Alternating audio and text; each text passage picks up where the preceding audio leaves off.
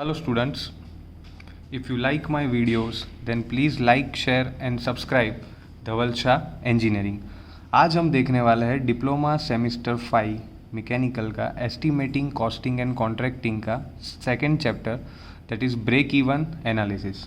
Last session में हमने देखा था ब्रेक इवन चार्ट कि ब्रेक इवन चार्ट कैसे बनता है और उसके ऊपर से जो ब्रेक इवन पॉइंट हमें मिलता है वो कैसे मिलता है। तो आज हम देखने वाले हैं calculation for break even point analytically, मतलब कि अभी तक हमने जो देखा था वो ब्रेक इवन पॉइंट हमें चार्ट पे से मिला था, राइट स्टूडेंट्स। बट आज हम जो करने वाले हैं that is official calculation of break even point, कि बाय थियोरेटिकल अगर आपको कैलकुलेशन करके ब्रेक इवन पॉइंट की जो ब्रेक इवन क्वांटिटी है उसकी फॉर्मूला लानी हो तो वो आप कैसे ला सकते हो। तो ये फॉर्मूला आपको इस थियरी से मिलेगी। So let's start that particular theory. तो थियरी में कुछ एजप्शन है that let Q equals to volume of production. Okay, उसके बाद जो आता है दैट इज Q1।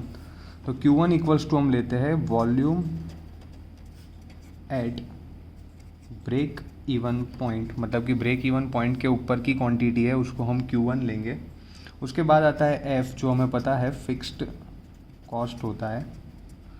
उसके बाद आता है that is A, small a, which is variable cost per product. उसके बाद आता है capital V, that is variable cost, मतलब कि टोटल वेरिएबल कॉस्ट की बात यहाँ पे हो रही है। उसके बाद आता है small b, that is selling price पर प्रोडक्ट, मतलब कि एक प्रोडक्ट की सेलिंग प्राइस जो स्मॉल b से हम डिनोट करते हैं। उसके बाद आता है ct, which is total cost. Then s means sales revenue.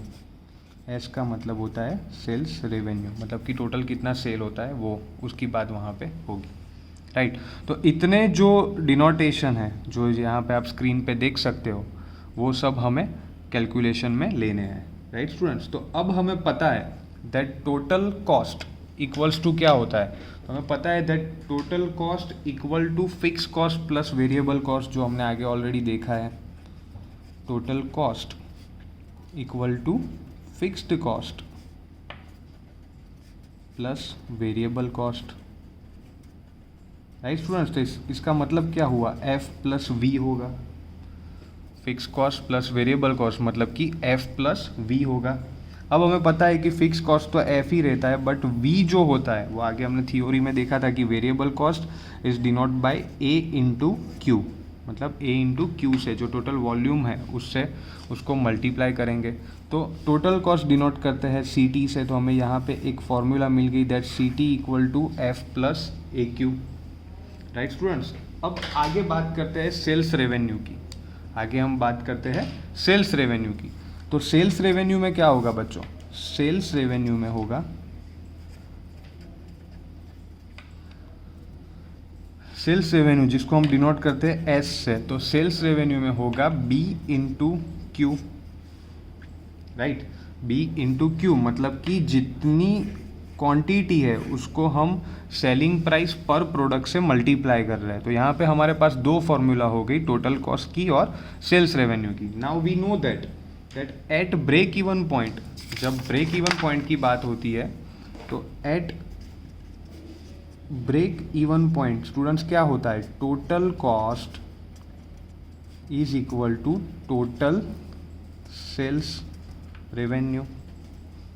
मतलब कि ये एक ऐसा पॉइंट है जहाँ पे कॉस्ट और रेवेन्यू, टोटल सेल्स रेवेन्यू, वो दोनों सेम हो जाती है। अगर आपको थोड़ा रिमाइंड मैं कराऊँ चार्ट के थ्रू तो ये आपको पता होगा कि यहाँ पे फिक्स कॉस्ट आ रही थी और यहाँ से वेरिएबल, मतलब कि टोटल कॉस्ट, जब वेरिएबल कॉस्ट को हमने ऐड किया तो टोटल कॉस्ट गई और उसके अंदर से जब सेल्स की लाइन जा रही थी तो ये वाला जो पॉइंट हमें मिला था वो ब्रेक इवन पॉइंट था।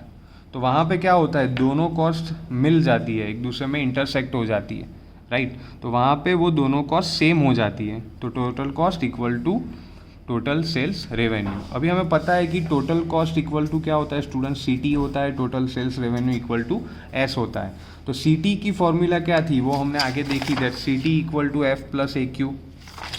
तो यहाँ पे मैं लिख दूंगा CT equal to F plus A into Q equal to S की जगह पे मैंने लिख दिया B इंटू Q, क्योंकि वो फॉर्मूला भी हमें यहाँ पे आगे मिल गई है, S equal to B into Q। Students अब यहाँ पे क्या हो रहा है, ये जो डिस्कशन हो रहा है वो ब्रेक इवन पॉइंट के ऊपर हो रहा है। तो ब्रेक इवन पॉइंट पे जो क्वांटिटी है उसको हम Q1 बोलते हैं। तो यहाँ पे मैं क्वांटिटी पे लिख देता हूँ Q1, राइट। अब हम क्या करेंगे, Q1 वाली जो भी टर्म्स है उसको एक साइड ले लेंगे, Q1 वाली जो टर्म्स है उसको हम एक साइड ले लेंगे। तो यहाँ पे हो गया F equal to B Q1 minus A Q1। अब हम क्या करेंगे, Q1 आप देख सकते हो दोनों में कॉमन है, तो यहाँ पे मैं Q1 ले लूँगा, तो अंदर क्या बाकी रहा बच्चों, B माइनस A, राइट। अब अगर Q1 को हम सब्जेक्ट बनाएं तो क्या होगा, ये जो B माइनस है वो दूसरी साइड डिनोमिनेटर में चला जाएगा, that is F upon B minus A equal to Q1। तो स्टूडेंट्स ये हो गई आपकी ब्रेक इवन क्वांटिटी की formula, that is Q1 equal to F upon B minus A।